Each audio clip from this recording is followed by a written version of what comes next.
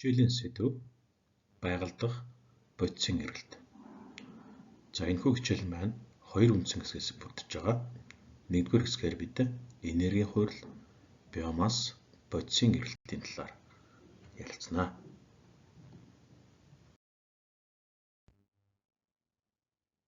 Хичээлийн довч агуулгатай танилцъя. За бид эхлээд дэлхий дээрх энергийн их үүсвэр, энергийн хувирал, экологийн сурга, дараа нь биосфер дэх бодисын эргэлт, бодисын эргэлт ба амьд биесийн оролцоо гэсэн агуулгаар энэхүү хичээлийг судална.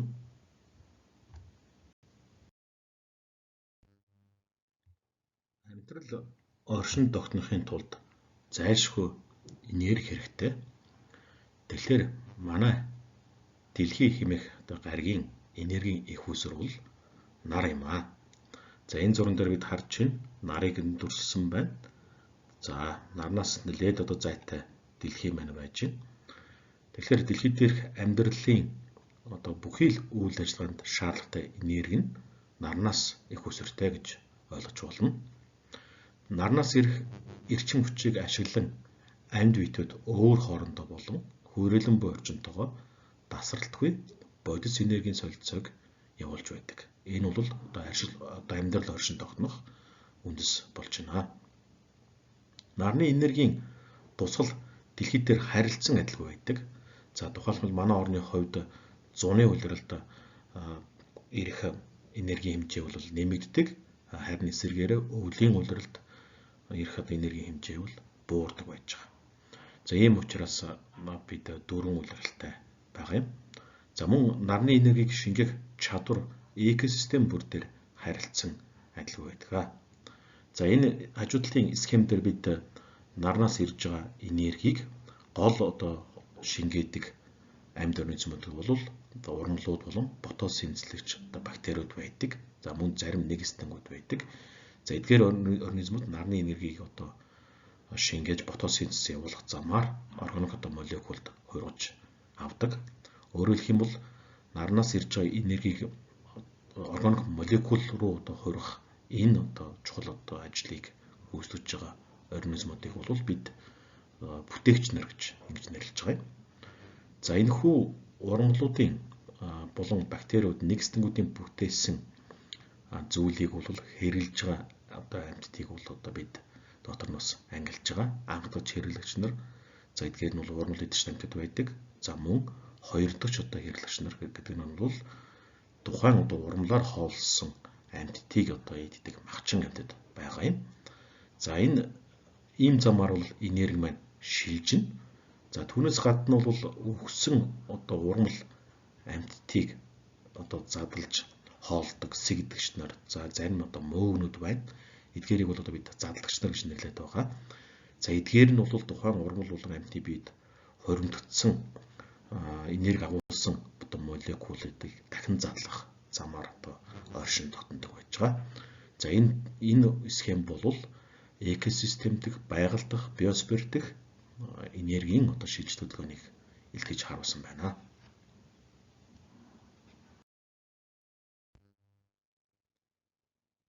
Өмнөх хэсэгт өгүүлсэн энергийн шилжилт хувирлыг энд илүү тодруулж авч үзье. Тэгэхээр манай дэлхий дээр нарнаас ирж байгаа энергийн бараг 99% нь буцаж ойх юм уу эсвэл агаар мандалд саатан байдаг. Зөвхөн 1% нь л амьд организмууд ашиглаж чаддаг байж байгаа. Өөрөөр хэлэх юм бол манай гариг дээрх амьдрал нь нарнаас ирж байгаа энергийн зөвхөн 1% дээр л оршин тогтнодог гэж хэлж болохоор байна. За нарнаас ирсэн энергийг хуримтлуулж чадж байгаа организмуудыг бол бид анхдагч бүтээгч нар гэж нэрлэж байна. За жишээлбэл урмал бол анхдагч бүтээгч нарын нэг юм байна. За ингээд урмлын биед байгаа тэр хувирсан энергийг дараагийн хэрэглэгч нар ашиглана. Эдгээрийг бол бид урмал идэгчтэн гэж нэрлэж байна. За мөн урмал идэгчнэр хоолдог анхдагч махчид, за тэгээ хоёр дахь махчид гэсэн ийм дарааллуудыг бол бид байгаль дээр харж болно. За энэхүү шилжилтийн явцад бас энерги маань бас алдагдана. За тухайлах юм бол энэ амьд организмуудын амьдралын явцад дулаан байдлаар амьсгалын явцад бол их дулаан байдлаар бас энергиуд алдагдаж байдаг. За үүнээс гадна тухайн амьтдын ялгадас юм уу эсвэл тухайн амьтны үсэн амьтны үлдэгдлээр хоолдог. Өөрөөр хэлбэл тэр ялгадас болон үлдэгдэлт нь үсэн амьтны биед бол нөгөө хоригдлогдсон хувирсан энерги маань байгаа шүү дээ. За эдгээрээр хоолдог бас задлагч нар байдгийг бол бид санаж явах хэрэгтэй. Задлагч нар маань өөрсдөө бас үхэлтээр бас яана. Тэр бас энерги ялруулна. Мөн одоо амьдралын хавцад бас дулаан ялруулж байдгийг бид санах хэрэгтэй. Тэгэхээр эдис хичээлд агуулгах энергийн одоо шилжилт одоо хуваарлтыг бол бид энэхүү одоо томьёоноос ерхэд нь харж болохоор байна. За ингээд эдсэн тижэл гэдэг маань юу болж одоо хувирч задардаг юм бэ гэдгийг бол авч үзье. За нэгдүгээрт бол тухайн одоо амьтны эзэн тижээлийн нэгэн хэсэг нь бол уг амьтны одоо био нийлэгжилд зарцуулагдаад биеийг нь одоо бүтээхэд оролцож байдаг. За мөн амьсгал болгон биенээс бол ялгарх одоо дулаан байдлаар бас задарч байдаг. За нөгөө талаас эдис хичээлийн боловсроогүй үлдэгдэл буюу одоо ялгадас бас тодорхой энергиуд одоо агуулж байдгийг бол бид санаж явах ёстой. Ерөнхийдөө бол энэ энерги гэдэг маань ерөөсөө устж үгүй болдож ерөөс байхгүй. Ерөнхийдөө нэг хэлбэрээс нөгөө хэлбэрт хувирч одоо байдаг гэдгийг бол бид санаж явах ёстой.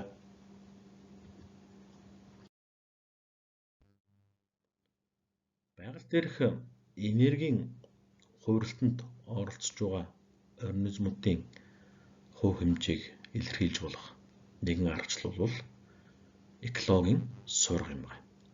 Өөрөөр хэлбэл экосистем дэх энергийн урслыг тодорхойлоход экологийн сургыг бол бид ашиглаж болно. За энд жишээ болгоод халуун орны усан орчин дох энергийн одоо урсгалыг экологийн одоо сурга байдлаар илэрхийлсэн баримттай бид танилцж байна. Тэгэхээр энергийг хувиргах чадвартай фотосинтезлэгч планктон организмуудын тоо хэмжээг аваад үзэх юм бол энд 4 тэрбум организм байна гэж энд харуулсан байна. За энэ нөхөө 4 тэрбум организмын бүтээсэн дээр дараа нь оршин тогтнож байгаа дараачийн хэрэглэгч нар бол одоо өвсөн тэжээлтэнгүүд, урмал идэвчтэнгүүд байгаа. За эдгээр нь ерөөсөө нэг 11 одоо орчим бодгол байдаг бол за үүнтэй харьцах махчин амьтдын харьцаа дөнгөж одоо нэг бодгол байгааг бол бид эндээс харж болж байна. За тэгвэл энэ 4 тэрбум орчим бодголоос бүрдэж байгаа фотосинтезлэгч одоо планктонуудын одоо жилд үйлдвэрлэж байгаа хувиргаж байгаа энергийн хэмжээг энд авч утсан байна. За метр квадрат дотор аваад үзэхэд бол 36380 ккал одоо энергийг бол хоригдлуулж хувиргаж авч үлдэж чадчихна. За тэгвэл өвсөн тэжээлтнүүд оногдох энергийн хэмжээг аваад үзэх бол 596 махчтайх нь бол 48 ккал байгааг бид харж байна. Тэгэхээр энэ зүй тогтол бол бараг бүхий л экосистемд илэрнэ. Одоо манай орны одоо экосистемүүд ч гэсэн энэ харьцаа ерөөдөө илэрнэ. Өөрөөр хэлэх юм бол энергийг хувиргаж байгаа анхдаж бүтээгч буюу тэр ургамлуудаас давсан одоо биомасстай, давсан тоодлоготой махчин амьтдаж ерөөсөй байхгүй. Ийм систем бол оршин тогтнох боломжгүй л гэж одоо ойлгож байна. За биомассын хувьд аваад үзсэн ч тэр фотосинтез планктонуудын хэмжээ бол 807 грамм байхад метр квадрат тийм ээ. За тэгвэл өвсөн тэжээлтийн 37 анхдаж махчдах болохоор бол метр квадрат бол 11 грамм орчим байхаар ийм дүр зураг энд харагдаж байна.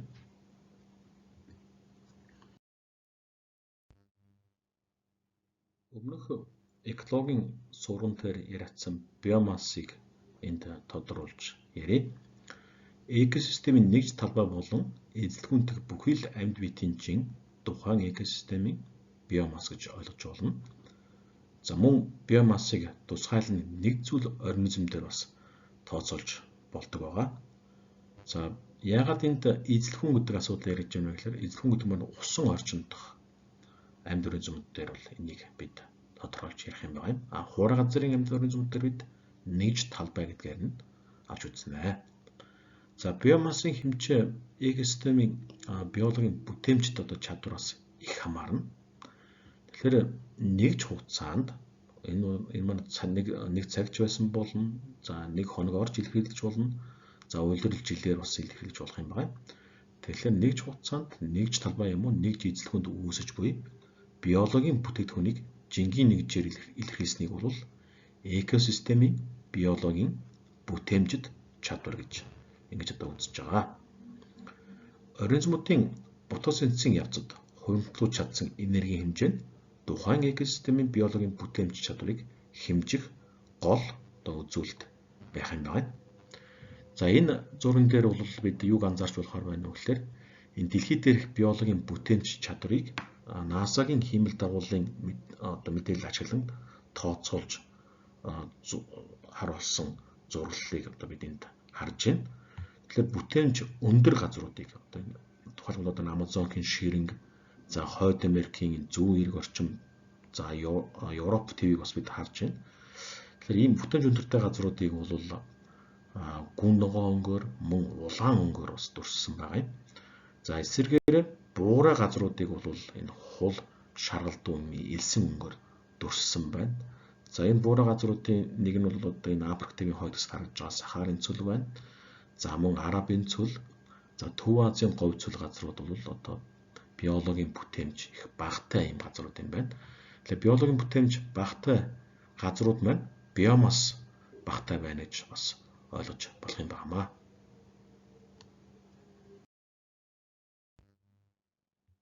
Байгаль дахь бодисын эргэлтийг ухаж ойлгохын тулд бидэнд биосферийн талаарх мэдлэг хэрэгтэй байна.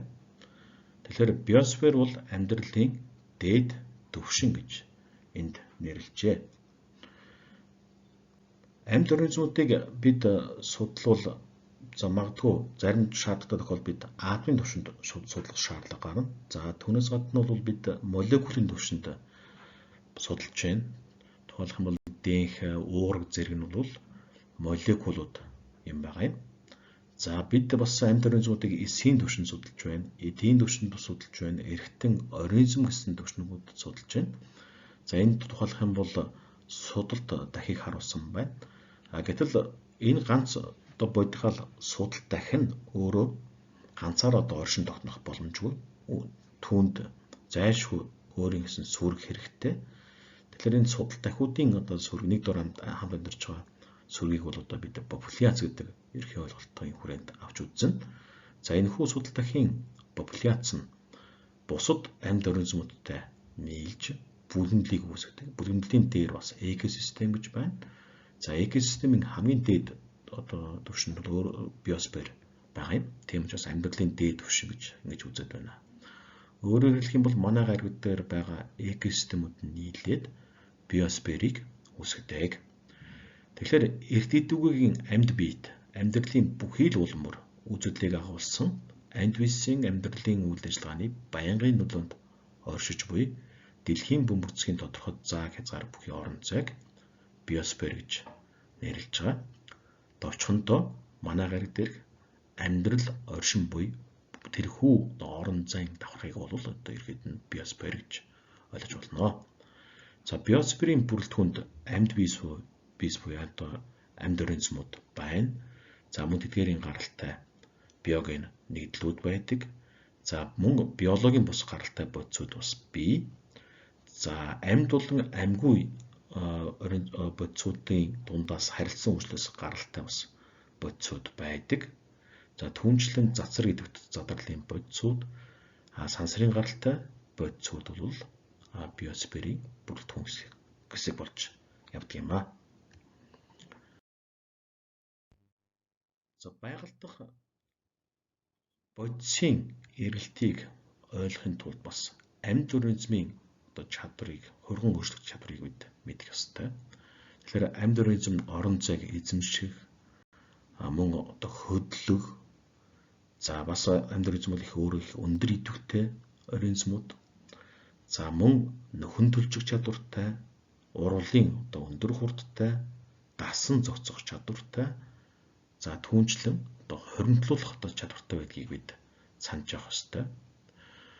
Түрүүнд ярьсан урмлууд ботосинтез явуулаад өөрсдийн биед энергийг одоо хоригдуулж чаддаг тухай бид ярьсан шүү дээ.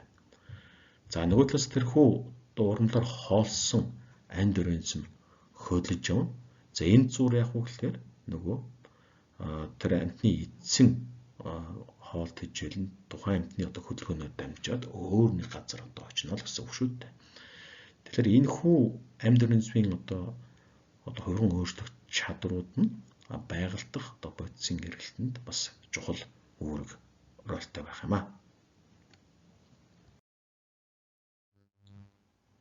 Биосфер дэх бодисын эргэлтийг ерхэд нь их эргэлт, бага эргэлт гэж хоёр ангилж болно. Нарны гэрэл, дэлхийн гүний эрчим хүчний нөлөөгөөр бодисын шилжилт, хувиралт, биосфер ба чулуулт мандлын гүн хэсгийн хооронд явагдаж байвал үүнийг бодисын их эргэлт гэж нэрлэж байна. Харин биосферийн хүрээнд явж байгаа бодисын эргэлтийг бол бага эргэлт гэж нэрлэж байгаамаа. Бодисын биохимийн эргэлтийн үед химийн элемент, эрдэс бодисуудын шилжилт, абиотик орчин, амьд организм гэсэн циклээр бол тасралтгүй одоо үргэлжилж байдаг. За энд абиотик гэдэг нэр томьёогоор бол тухайн байгаль дээрх амьгүй одоо хүчин зүйлсийг бол ерхэд нь хамааруулж үзэж байгаа.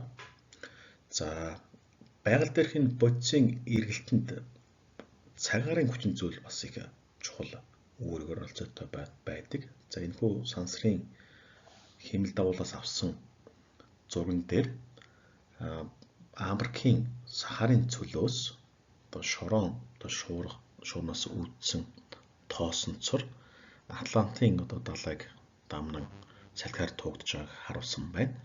За сонирхолтой нь юу гэхээр энэхүү одоо тоосонцорт хэдэн сая тонн одоо төмөр агуулж байдаг. За энэ эргээд тухайн одоо салхиар тугдах явцдаа энэхүү төмрийн элемент ядмаг байгаа дэлхийн өөр бусад газрууд хүрч байдаг. За ийм байдлаар бол байгаль дээр маш олон тооны бодисууд байнгын эргэлтэнд орж байдгийг бид мэдж явах ёстой.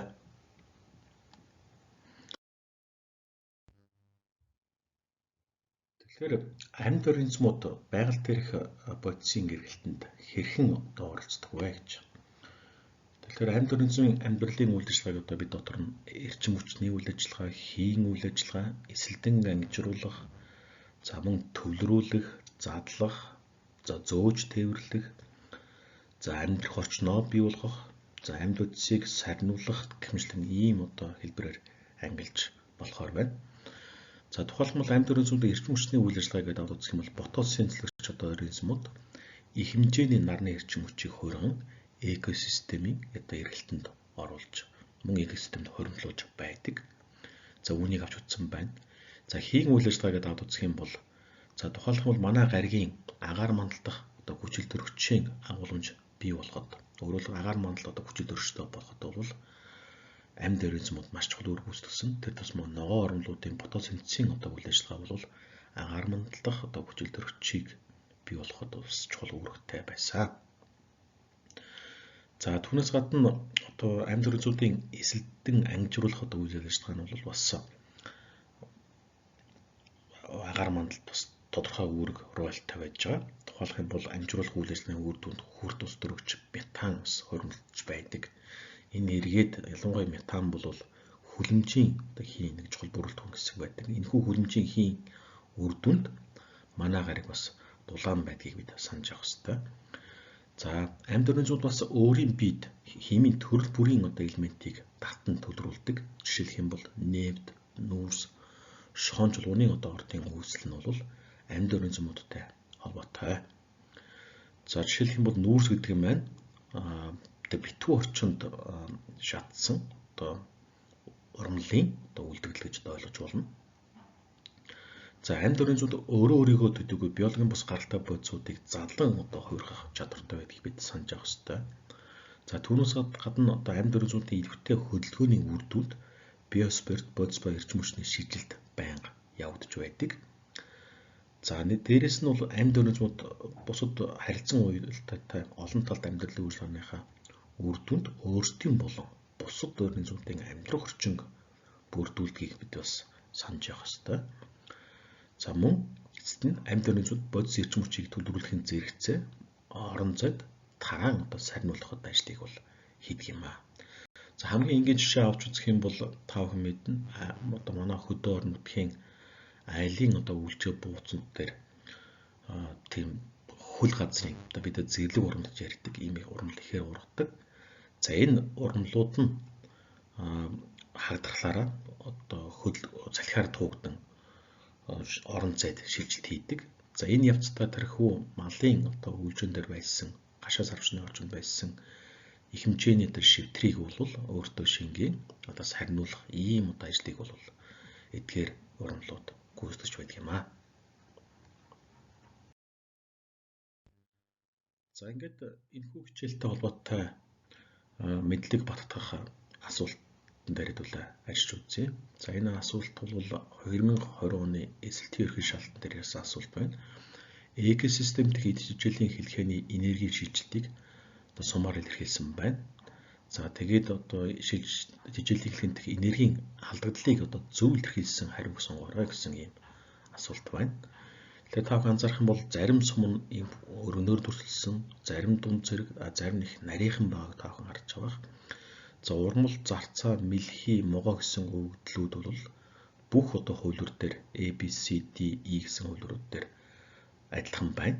Тэгэхээр бид анхаарах ёстой зүйл нь юу вэ гэхээр энэ сумыг харах ёстой, сумны одоо хэмжээг харах ёстой юм байна.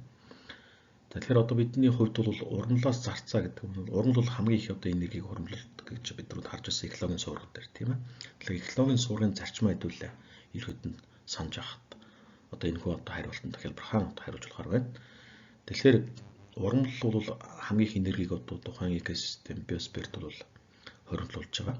Тэгэхээр бол энэ AC гэдэг энэ хоёр хувилбар бол зөв байж байна. Яг энэ төвшөнд авах гэх юм бол. За дараа нь хэдүүлээ AC 2 дээр түрүү тарах юм бол зарцаанаас мэлхээр бол их нарийн сум явсан байна. За энэ C дээр бол зарцаанаас дунд зэргийн сум явсан байгааг та харж байгаа. Мэлхий рүү. За тэгэхээр бол үндсэндээ энэ ингээд авах үзэх юм бол C хувилбар их зөв болж байна. Өөрөөр хэлбэл мэлхийнээс могоо руу шилжиж байгаа. Могоо бол нэг өсөндөө 2 дэгч махчин амтан болж байна тийм ээ.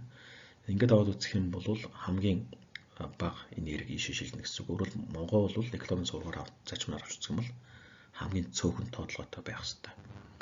Тэгэхгүй бол олон тоотлоготой байх юм бол шилжиж байгаа энерги нь өөр бага байгаа тохиолдолд бол энэ систем маань оршин тогтнох боломжгүй болно шүү дээ. Тэгэхээр энэ одоо асуултын зөв хариулт нь бол C хувилбар байна гэж ингэж одоо үзэхээр байна.